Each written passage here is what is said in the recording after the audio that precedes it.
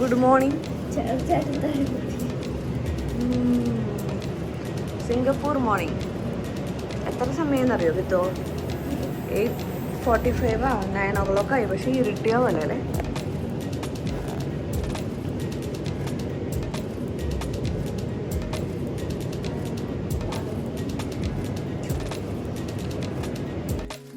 Hello, അപ്പം നമ്മളുടെ Singapore second day start ആയിരിക്കുകയാണ്. അപ്പോൾ നമുക്ക് സമയം പോകുന്നതേ അറിയില്ല. ഞാനൊരു റീൽസിൽ കണ്ട പോലെ നോർമൽ ഡേയ്സ് ആണെങ്കിൽ ഭൂമി കറങ്ങണ പോലെയല്ല. നമ്മൾ ഏതെങ്കിലും ഒരു ട്രിപ്പിന് പോകുമ്പം വേഗം ദിവസങ്ങൾ പോണ പോലെ തോന്നും. സെക്കൻഡ് ഡേ പെട്ടെന്ന് തന്നെ വന്നു. അപ്പം നമ്മളിത് ഇന്ന് 10 10:30 വണ്ടി വരിക. അപ്പോൾ നമ്മളിത് റെഡി ആയിക്കൊണ്ടിരിക്കുകയായിരുന്നു. 1 by 1 ആയിട്ട് റെഡി ആയിട്ട് ഫസ്റ്റ് തന്നെ നമുക്ക് ബ്രേക്ക്ഫാസ്റ്റിന് പോകണം. അപ്പം നമുക്കിവിടെ കോംപ്ലിമെൻ്ററി ബ്രേക്ക്ഫാസ്റ്റ് ആയതുകൊണ്ട് നമ്മൾ അധികം മേക്കപ്പ് ഒന്നും ചെയ്തില്ല. കുളിച്ച് ഡ്രസ്സ് മാറിയിട്ട് നേരെ അവിടെ തന്നെ റെസ്റ്റോറൻറ്റ് ഉണ്ട്, സോൾട്ട് ആൻഡ് പെപ്പർ. അപ്പോൾ ഞാൻ കഴിഞ്ഞ പ്രാവശ്യം പറഞ്ഞിരുന്നല്ലോ, നമ്മുടെ ഹോട്ടൽ ദി ബോസ് എന്ന് പറഞ്ഞിട്ടുള്ളൊരു ഹോട്ടലായിരുന്നു കേട്ടോ. അപ്പം മോസ്റ്റ്ലി ഇന്ത്യൻസൊക്കെ വന്നിട്ട് താമസിക്കുന്ന ഏജൻസീസുമായിട്ട് ഇതുള്ള ഒരു ടൈപ്പുള്ള ഹോട്ടലാണ്. നമുക്കവിടെ കോംപ്ലിമെൻ്ററി ബ്രേക്ക്ഫാസ്റ്റ് ആയിരുന്നു. ഇംഗ്ലീഷ് ടൈപ്പായിരുന്നു മോസ്റ്റ്ലി ഉണ്ടായിരുന്നത്. Bread, bun, pasta, baked beans, അതൊക്കെ ഞാൻ കഴിക്കാത്തതൊക്കെ ഞാൻ കുറേ ട്രൈ ചെയ്തു. കുട്ടികൾക്ക് പിന്നെ അവർക്ക് ബ്രെഡ് ടോസ്റ്റും അങ്ങനത്തെ കാര്യങ്ങളൊക്കെ ആയിട്ട് അഡ്ജസ്റ്റ് ചെയ്തു. പിന്നെ ഒരു ദിവസം ഇഡ്ഡലിയും പൊങ്കലൊക്കെ ഉണ്ടായിരുന്നു കേട്ടോ. ഞാൻ എല്ലാ ദിവസത്തെയും ബ്രേക്ക്ഫാസ്റ്റ് ഒന്നും വീഡിയോ എടുത്തിട്ടില്ല, ഫസ്റ്റ് ഡേ മാത്രമേ എടുത്തിട്ടുള്ളൂ. അതേ ഞങ്ങൾ ബ്രേക്ക്ഫാസ്റ്റ് കഴിഞ്ഞതിന് ശേഷം ഞങ്ങൾ മാത്രം റൂമിൽ പോയി. കാരണം ബാക്കിയുള്ള മേക്കപ്പ് കാര്യങ്ങളൊന്നും ചെയ്തിട്ടുണ്ടായിരുന്നില്ല. അപ്പം ബ്രേക്ക്ഫാസ്റ്റ് കൗണ്ടർ അടയ്ക്കുന്നതിന് മുമ്പ് പോയി കഴിച്ചിട്ട് വരാമെന്ന് വിചാരിച്ചു. നമ്മൾ തിരിച്ചു വന്നപ്പോഴാണ് അവിടെ ഓൾറെഡി നമ്മുടെ റൂം തുറന്നു കിടക്കുന്നു. നമ്മൾ പെട്ടെന്ന് പേടിച്ചു, എന്താണ് ആവുന്നത്. അത് സർവീസിന് വന്നേക്കായിരുന്നു. നമ്മൾ കുറച്ച് നേരം വെയിറ്റ് ചെയ്തു. അതിന് ശേഷം നമ്മൾ വേഗം ഉള്ളിൽ പോയി മേക്കപ്പൊക്കെ ചെയ്ത് റെഡിയായി. ദി ബെസ്റ്റ് വ്യൂ, പക്ഷേ ഫുൾ ബിൽഡിങ്സ് ആണ് മാത്രം. അങ്ങനെ പിന്നെ സമയമായി. നമുക്ക് വാട്സപ്പിൽ മെസ്സേജ് വരും വണ്ടി വന്നോ ഇല്ലയോ എന്നൊക്കെ ഉള്ളത്. അപ്പോൾ നമുക്ക് അതിൽ നിന്ന് തന്നെ മനസ്സിലാവും താഴെ ഇറങ്ങി നിൽക്കണമെന്ന്. നമ്മൾ മാക്സിമം ലോബിയിൽ വെയിറ്റ് ചെയ്യും. ഇല്ലയെന്ന് വെച്ചാൽ അവർ മെസ്സേജ് അയക്കണതിന് വെച്ച് നമുക്ക് താഴെ വന്നാൽ മതിയല്ലോ. അപ്പോൾ അത് വന്നു. ഇന്നിതൊരു ക്യാബായിരുന്നു. അതായത് ഞാൻ അന്ന് പറഞ്ഞ കോച്ച് എന്ന് പറയുമല്ലോ. അപ്പോൾ ഇപ്പോൾ കോച്ച് എന്ന് പറഞ്ഞു കഴിഞ്ഞാൽ ഇതുപോലെ ടൂറിസ്റ്റിനെ കൊണ്ടുപോകുന്നതെല്ലാം കോച്ച് തന്നെയാണെന്ന് തോന്നുന്നു പറയുന്നത്. നമ്മളവിടെ കയറി നമ്മുടെ ഹോട്ടലിൽ നിന്ന് തന്നെ വേറൊരു ഫാമിലി ഉണ്ടായിരുന്നു. പിന്നെ വേറെ ഒരു 2 ഫാമിലീസിനെ വേറെ ഹോട്ടലിൽ താമസിക്കുന്നവരെ അവരെ പിക്ക് ചെയ്യാൻ വേണ്ടിയിട്ട് നമ്മൾ പോയിട്ടുണ്ടായിരുന്നു. അപ്പം അങ്ങനത്തെ കുറച്ച് ടൈമിൻ്റെ ഒരു ഇതുണ്ട്. പക്ഷെ അതൊക്കെ കറക്റ്റായിട്ട് കോർഡിനേറ്റ് ചെയ്തിട്ട് തന്നെയാണ് നമ്മൾ പോയേക്കണേ. അപ്പോൾ ഇപ്രാവശ്യം ഇന്നത്തെ സെക്കൻഡ് ഡേ കിട്ടിയിരിക്കുന്ന ഡ്രൈവർ എന്ന് പറയുന്നത് ആൾ ഭയങ്കര സംസാരിക്കുന്ന ഒരാളായിരുന്നു. അപ്പം അതുകൊണ്ട് ആൾ ഫുള്ള് സിംഗപ്പൂരിൻ്റെ ചരിത്രം ഇന്ന് പറഞ്ഞു തരുന്നുണ്ടായിരുന്നു. ആദ്യം തൊട്ട് എങ്ങനെയാണ് സിംഗപ്പൂർ ഫോം ആയത്. അത് ഇടയ്ക്കിടയ്ക്ക് നിങ്ങൾ വീഡിയോ സ്കിപ്പ് ചെയ്യാണ്ട് കാണുകയാണെങ്കിൽ ഇടയ്ക്ക് ഞാൻ അത് ഇട്ടിട്ടുണ്ട്. അതായത് വളരെ ക്ലിയർ ആയിട്ട് കിട്ടിയിട്ടുള്ളതൊക്കെ ഞാനിതിൽ ഇട്ടിട്ടുണ്ട്. വെറുതെ എന്തിനാ ആളും നല്ല ക്ലിയർ ആയിട്ട് പറയുമ്പോൾ ഞാനത് വീണ്ടും കോപ്പി അടിച്ച് പറയേണ്ട ആവശ്യമില്ലല്ലോ. ആളുടെ വായന തന്നെ കേൾക്കുമ്പോൾ നമുക്കതൊരു ഉറപ്പാണ്. ശരിക്കും സിംഗപ്പൂർ പറഞ്ഞു കഴിഞ്ഞിട്ടുണ്ടെങ്കിൽ ചില ഏരിയാസൊക്കെ നമുക്ക് കാണുമ്പം ഇന്ത്യയിലുള്ള പോലെ തോന്നും. ചില ഏരിയാസ് കണ്ടാൽ ദുബായ് പോലെ തോന്നും. ചില ഏരിയാസ് കണ്ടു കഴിഞ്ഞാൽ യൂറോപ്പിൻ്റെ പോലെ തോന്നും. അങ്ങനെയാണ്. അപ്പോൾ ഈ ഒരു വീഡിയോയിൽ ഞാൻ മാക്സിമം ആ റോഡ്, ബിൽഡിങ്സ് ഒക്കെ എടുക്കാൻ നോക്കിയിട്ടുണ്ട് കേട്ടോ. അപ്പോൾ ശ്രദ്ധിച്ച് കാണുകയാണെങ്കിൽ നിങ്ങൾക്കും അത് എൻജോയ് ചെയ്യാം. For now, first up, we are actually going to the Malayan Park. The lion statue is a fountain. That is the icon of Singapore. Alright, after which we will drive past the CBD area. We will get to the oldest Chinese temple in Singapore. That is in Chinatown. And then we will drive past the main streets of Chinatown. We will get to the souvenir outlet, the chocolate gallery. After that, finally we will drive past Marina Bay Sands and all, and we will come to Singapore Flyer. Along the way, if you guys have any questions, feel free to ask me. I will answer with the best of my knowledge.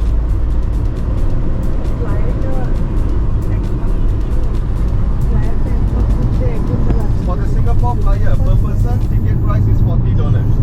You can purchase your tickets at the counter itself. Alright? Okay everyone, on your left, this is the Malayan Park. This is where you guys are now coming to do your photo taking and all. From here you have a... അപ്പോൾ ഇന്നത്തെ പ്ലാനാണ് ആൾ പറഞ്ഞത്. അപ്പോൾ നമ്മൾ first പോണത് മെർലയൺ park എന്ന് പറഞ്ഞിട്ടുള്ള ആ സിംഗപ്പൂരിൻ്റെ ഐക്കോണിക് ആയിട്ടുള്ള ഒരു പ്ലേസിലേക്കാണ്. ഫസ്റ്റ് നമ്മൾ ഇന്നലെ പോയ, അതായത് ഫസ്റ്റ് ഡേ പോയ ആ ഒരു മെറീന ബേ സാൻഡ്സ് അതിൻ്റെ ആ ഓപ്പോസിറ്റുള്ള ഒരു വാട്ടർ ഫ്രണ്ട് ഏരിയ തന്നെയാണ് കേട്ടോ ഇത്. അവിടെ നിന്ന് നമുക്ക് ഈ ഒരു മെർലയൻ സ്റ്റാച്ചു കാണാൻ പറ്റും. അപ്പം മെർമെയ്ഡും ലയണും ചേർന്നിട്ടാണ് ഈ മെർലയൻ എന്ന് പേര് വന്നു എന്നാണ് ആള് പറഞ്ഞു തന്നത്. അപ്പം എൻ്റെ ഫേസ് എന്താ ഇങ്ങനെ ഡള്ളായിട്ടിരിക്കണമെന്ന് വെച്ചാൽ ഇന്നലെ മഴയൊക്കെ ആയിരുന്നു. ഞാൻ വിചാരിച്ചു നല്ല തണുപ്പായിരിക്കുന്നു. ഇവിടെ വന്നപ്പോൾ പൊരിഞ്ഞ വെയിൽ. അതാണെങ്കിൽ നമ്മൾ കുപ്പിയും എടുത്തിട്ടില്ല, കുടയും എടുത്തിട്ടില്ല, ഒന്നും എടുത്തിട്ടില്ല. അപ്പോൾ വെയിൽ താങ്ങാൻ പറ്റുന്നുണ്ടായിരുന്നില്ല ഇവിടെ വന്നപ്പോൾ. എന്നാലും സാരമില്ല, നമുക്ക് ഫോട്ടോയും വീഡിയോയും ഒക്കെ ഇമ്പോർട്ടൻ്റ് ആണല്ലോ. അപ്പം അതുകൊണ്ട് നമ്മൾ അതൊക്കെ എടുത്ത് നല്ല റിലാക്സ്ഡ് ആയിട്ട് നടന്നു. പിന്നെ അങ്ങനെ ഒരു 11 മണി ആ ഒരു സമയമായതുകൊണ്ട് ഇങ്ങനെ തിരക്കൊന്നും വന്നു തുടങ്ങിയിട്ടില്ല. ഇനി ഇവിടെ ദേ ലെഫ്റ്റ് കാണുന്നതൊക്കെ ഒരു ഹോട്ടൽ തന്നെയാണ്, താമസിക്കുന്ന ഒരു ഏരിയ തന്നെയാണ്. അപ്പോൾ ഇവിടെയൊക്കെ കിട്ടിക്കഴിഞ്ഞാൽ അടിപൊളിയാണ്. ശരിക്കും പറഞ്ഞു കഴിഞ്ഞാൽ നമുക്കൊരു ഏർലി മോർണിംഗ് തന്നെ താഴെ ഇറങ്ങി വന്നു കഴിഞ്ഞാൽ കാണുന്നത് ഈ ഒരു സ്റ്റാച്ചു ആണല്ലോ. ആരും ഇങ്ങനെ തിരക്കൊന്നുമില്ലാണ്ട് നമുക്ക് വ്യക്തമായിട്ടുള്ള ഫോട്ടോ ഒക്കെ എടുക്കാൻ പറ്റും. നമ്മൾ കുറച്ച് ആദ്യം 4 സൈഡിലും പോയിട്ട് എടുക്കാം. ഫ്രണ്ടിലൊഴിച്ച് ബാക്കി 3 സൈഡിലും നമുക്ക് പോയി ഫോട്ടോസൊക്കെ എടുക്കാം. ആദ്യം വന്ന് ഈ ഒരു ഭാഗത്ത് നിന്ന് എടുത്തു, അത് കഴിഞ്ഞ് അവിടുന്ന് ചുറ്റി മറ്റേ ഭാഗത്തേക്ക് പോയി എടുത്തു. പിന്നെ ആൾക്കാരിങ്ങനെ ഈ വെള്ളം വായിലേക്ക് വീണ പോലെയും കയ്യിൽ പിടിക്കണ പോലെയും കുളിക്കണ പോലെയും അങ്ങനെയൊക്കെ വീഡിയോസ് എടുക്കുന്നുണ്ട്. അപ്പോൾ നമുക്ക് അവിടുന്ന് കുറച്ച് ഐഡിയാസൊക്കെ കിട്ടി, കുറച്ച് ഫോട്ടോസൊക്കെ ആ ഒരു രീതിയിൽ എടുത്തു. അങ്ങനെ നമുക്ക് തീരെ സഹിക്കുന്നില്ല കേട്ടോ. വെയിൽ അന്ന് ഭയങ്കര വെയിലായിരുന്നു, ഹ്യൂമിഡായിട്ടുള്ളൊരു വെയിലായിരുന്നു. അങ്ങനെ നമ്മൾ അവിടുന്ന് ഫോട്ടോ ഒക്കെ എടുത്ത്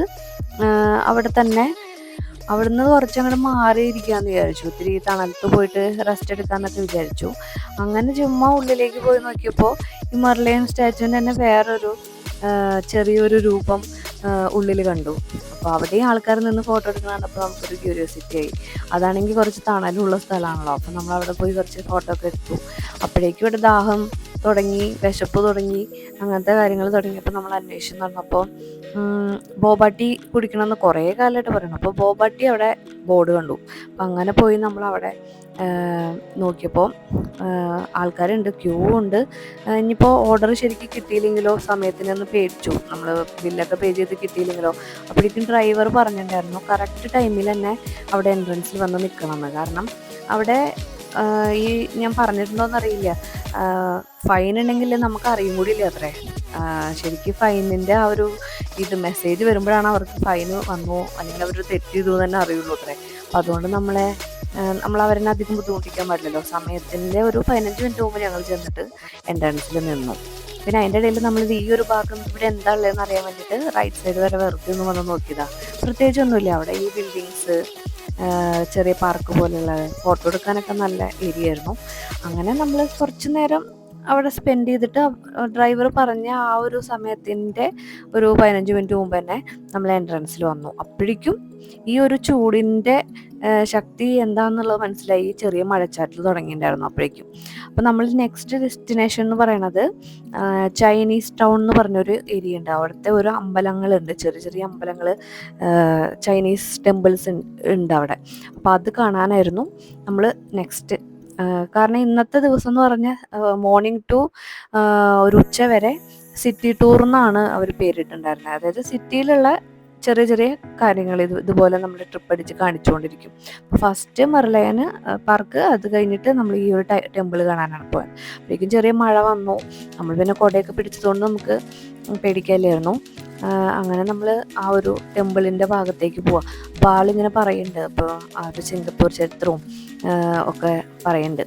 അപ്പം ഞാനത് വെറുതെ ഇങ്ങനെ പറയണേ, റിപ്പീറ്റ് അടിച്ചിട്ട് കാര്യമില്ലല്ലോ. അപ്പോൾ അവിടെ കുറേ ചുവരിൽ മറ്റേ വാളിൽ ഇങ്ങനെ ആ സിംഗപ്പൂരിൻ്റെ ചരിത്രം മുഴുവനും വരച്ചു വെച്ചിട്ടുണ്ട് അത്ര.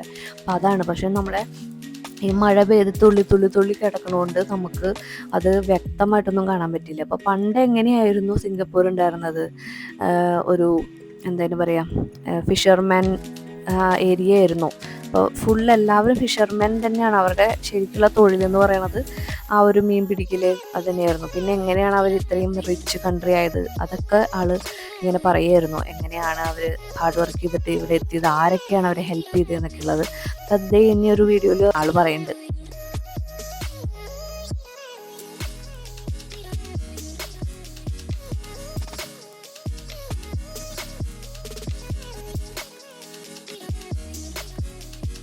ആ അമ്പലങ്ങളിലൊക്കെ നമുക്ക് വീഡിയോ അലൗഡ് ആണോ എന്ന് എനിക്ക് അറിയണ്ടായിരുന്നില്ല. ഞാൻ എന്നാലും ഫോൺ എടുത്തിട്ട് നോക്കിയപ്പോൾ ആൾക്കാരൊക്കെ വീഡിയോ എടുക്കുന്നത് കണ്ടപ്പോൾ എനിക്കൊരു സമാധാനമായിട്ട് ഞാൻ ഒരു ചെറിയൊരു രീതിയിൽ എടുത്തു തുടങ്ങി. പക്ഷെ എടുത്തു തുടങ്ങി ഉള്ളിലേക്ക് പോയപ്പോൾ അവിടെ ബോർഡ് എഴുതി വെച്ചിട്ടുണ്ട്, അൽത്താർ ആ ഒരു സ്ഥലത്തൊന്നും വീഡിയോ എടുക്കാൻ പാടില്ല എന്ന്. പിന്നെ അവിടെ ചെല്ലുന്നവർക്കൊക്കെ ഒരു ചന്ദനത്തിരി പോലത്തെ ഒരു സംഭവം അത് നമുക്ക് കത്തിച്ച് വയ്ക്കാം. And the first animal he came to have seen was a lion. It was too majestic, he didn't want to hunt it.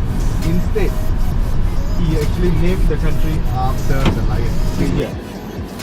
Remember seeing all those buildings? Back then, those buildings did not exist. In fact, the land itself did not exist.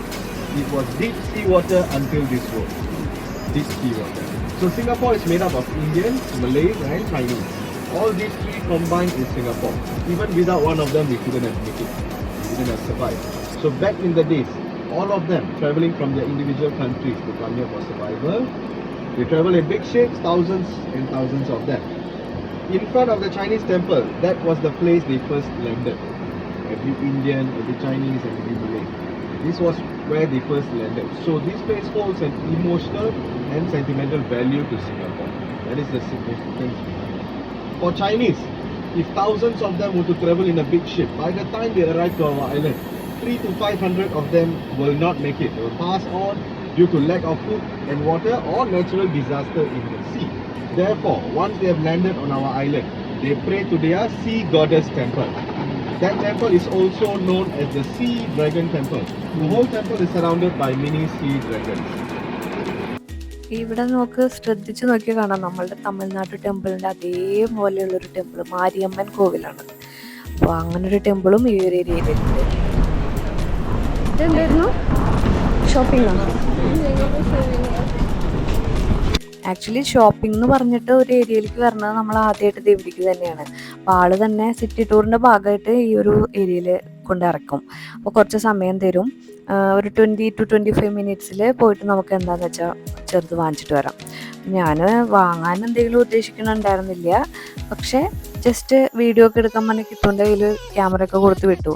പിന്നീട് ചെന്നപ്പോഴാണ് okay, നമുക്കിനിപ്പോൾ വേറെ ഏതെങ്കിലും shopping ഏരിയയിൽ നമ്മൾ പോകുന്നുണ്ടോ എന്ന് പോലും നമുക്കറിയില്ല. നമ്മുടെ ആ ഒരു ലിസ്റ്റിൽ ആ ഒരു ഷോപ്പിംഗ് എന്നൊന്നും അങ്ങനെ പ്രത്യേകിച്ച് പറഞ്ഞിട്ടില്ലാത്തതുകൊണ്ട് ഞാൻ വിചാരിച്ചു എന്നാൽ പിന്നെ കിട്ടിയ അവസരം നമുക്ക് മുതലാക്കാം. കാരണം നമ്മൾ കഴിഞ്ഞ പ്രാവശ്യമൊക്കെ പോയിട്ട് ഹൈദരാബാദിൽ പോയപ്പോഴും അതേപോലെ മൂന്നാർ പോയപ്പോഴും ഒക്കെ നമ്മൾ ഷോപ്പിംഗ് ലാസ്റ്റ് ഡേയിലേക്ക് കൊണ്ടുപോവാം, അല്ലെങ്കിൽ ലാസ്റ്റ് ഡേയിൽ ചെയ്താൽ മതി, വാങ്ങിച്ചിട്ട് നമുക്കതും കൊണ്ട് നടക്കണ്ടേ എന്നൊക്കെ പറഞ്ഞിട്ട് നമ്മൾ ലാസ്റ്റിലേക്ക് വെച്ചിട്ട് അവസാനം എന്താ പറയുകയെന്ന് വെച്ചാൽ ഒന്നും നടന്നില്ല. അങ്ങനത്തെ ഒരു അവസ്ഥ വരണ്ടെന്ന് വിചാരിച്ചു.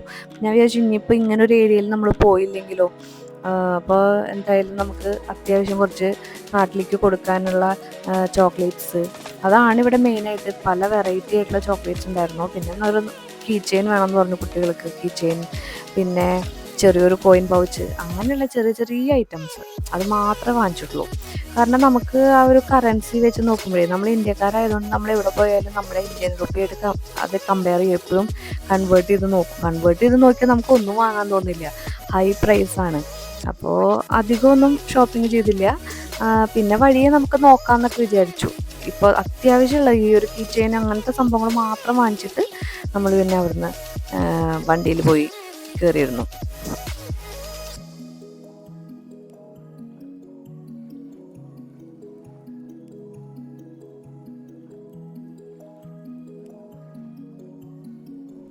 അങ്ങനെ നമ്മൾ അവിടുന്ന് ഷോപ്പിംഗ് കഴിഞ്ഞിട്ട് നേരെ അവർ ചോദിക്കുന്നുണ്ടായിരുന്നു, ഈ നമ്മുടെ പാക്കേജിലൊന്നും ഇല്ലാത്ത, അതായത് ആരുടെയും പാക്കേജിൽ ഇല്ലാത്ത ഒരു പ്ലാനാണ് സിംഗപ്പൂർ ഫ്ലൈയർ കാണുക എന്നുള്ളത്. അതായത് അതിൽ കയറിയിരുന്നിട്ട് നമുക്ക് ആ ഒരു ജെയിൻ വീലിൽ കയറിയിരിക്കാൻ അതിൽ താല്പര്യമുണ്ടോ എന്ന് ചോദിച്ചു. 1-2 ഫാമിലീസ് ഓക്കെ പറഞ്ഞു. അപ്പോൾ അത് ഈ ഒരു ഏരിയ കാണിച്ചിട്ട് ആൾ പറയുന്നത് എന്താണെന്ന് വെച്ചാൽ ഇവിടെ ഫുള്ള് കടലായിരുന്നു അത്രേ. അപ്പോൾ അത് ശരിക്കും ബിൽഡിങ്സിന് ഒരു കട്ടിയായിട്ടില്ല മണ്ണിന്. അതായത് ബിൽഡിങ്സ് വെക്കാൻ ഒരു മിനിമം ഒരു ഇത് വേണമല്ലോ, അപ്പോൾ അത് ആയിട്ടില്ല അത്ര. അപ്പോൾ ഇവിടുത്തെ ഗവൺമെൻറ് എന്താ ചെയ്യുകയെന്ന് വെച്ചാൽ അവിടെ മരങ്ങളൊക്കെ വെച്ച് പിടിപ്പിച്ച് മണ്ണിനെ നന്നായിട്ട് ഉറപ്പിച്ചതിന് ശേഷം വീണ്ടും ടെസ്റ്റൊക്കെ ചെയ്തതിന് ശേഷമൊക്കെയാണ്, അതായത് വർഷങ്ങൾ എടുക്കും അത്ര ഇവിടെയൊക്കെ ഒരു ബിൽഡിങ് പണിയാൻ ഒരു അനുവാദം കിട്ടാൻ വേണ്ടിയിട്ട്. അപ്പോൾ ഈ പറഞ്ഞ ഈ ഒരു ഏരിയ ഫുൾ അങ്ങനെ തന്നെ അത്രേ. അപ്പോൾ കടലായിരുന്ന സ്ഥലത്തിനെ ഇങ്ങനെ ഒരു നാടാക്കി മാറ്റുന്നതിൻ്റെ കാര്യങ്ങളാണ് ആൾ പറഞ്ഞുകൊണ്ടിരിക്കുന്നത്. അതേപോലെ ആൾ പറഞ്ഞതിലൊരു കാര്യം എന്താണെന്ന് വെച്ചാൽ ഇവിടെ ഏറ്റവും കൂടുതൽ കോസ്റ്റ് ഫ്ലാറ്റ് പർച്ചേസ് ചെയ്യണത് അത്രേ. ഫ്ലാറ്റ് അല്ലെങ്കിൽ നമുക്ക് ലാൻഡ് ഇവിടെ പർച്ചേസ് ചെയ്യാൻ അനുവാദമില്ലാണ്.